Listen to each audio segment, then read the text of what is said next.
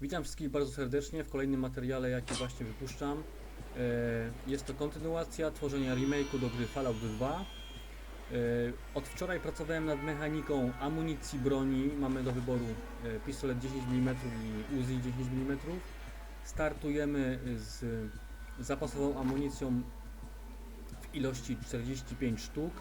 Za pomocą środkowego przycisku myszy zmieniamy tryb broni. Wybierzemy przeładuj. Broń jest przeładowana, możemy celować, jeżeli punkty akcji na to pozwalają. I strzelamy. W grze działa już skill broń palna, który będzie rozwijany od 0 do 100%. 100% znaczy trafiamy tam, gdzie kursor wskazuje, a mniejsza ilość powoduje rozrzut amunicji na boku. Jeżeli byśmy chcieli zaatakować kogoś, to każdy w zasięgu może oberwać.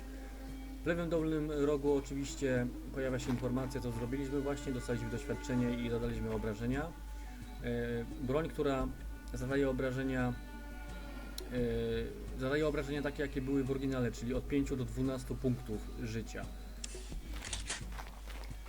W kolejnym etapie gry będę pracował prawdopodobnie nad mechaniką otwierania drzwi, a mianowicie dokładnie używania skillu otwieranie zamków, tak żebyśmy mogli otwierać już zamki i rozwijać kolejną umiejętność.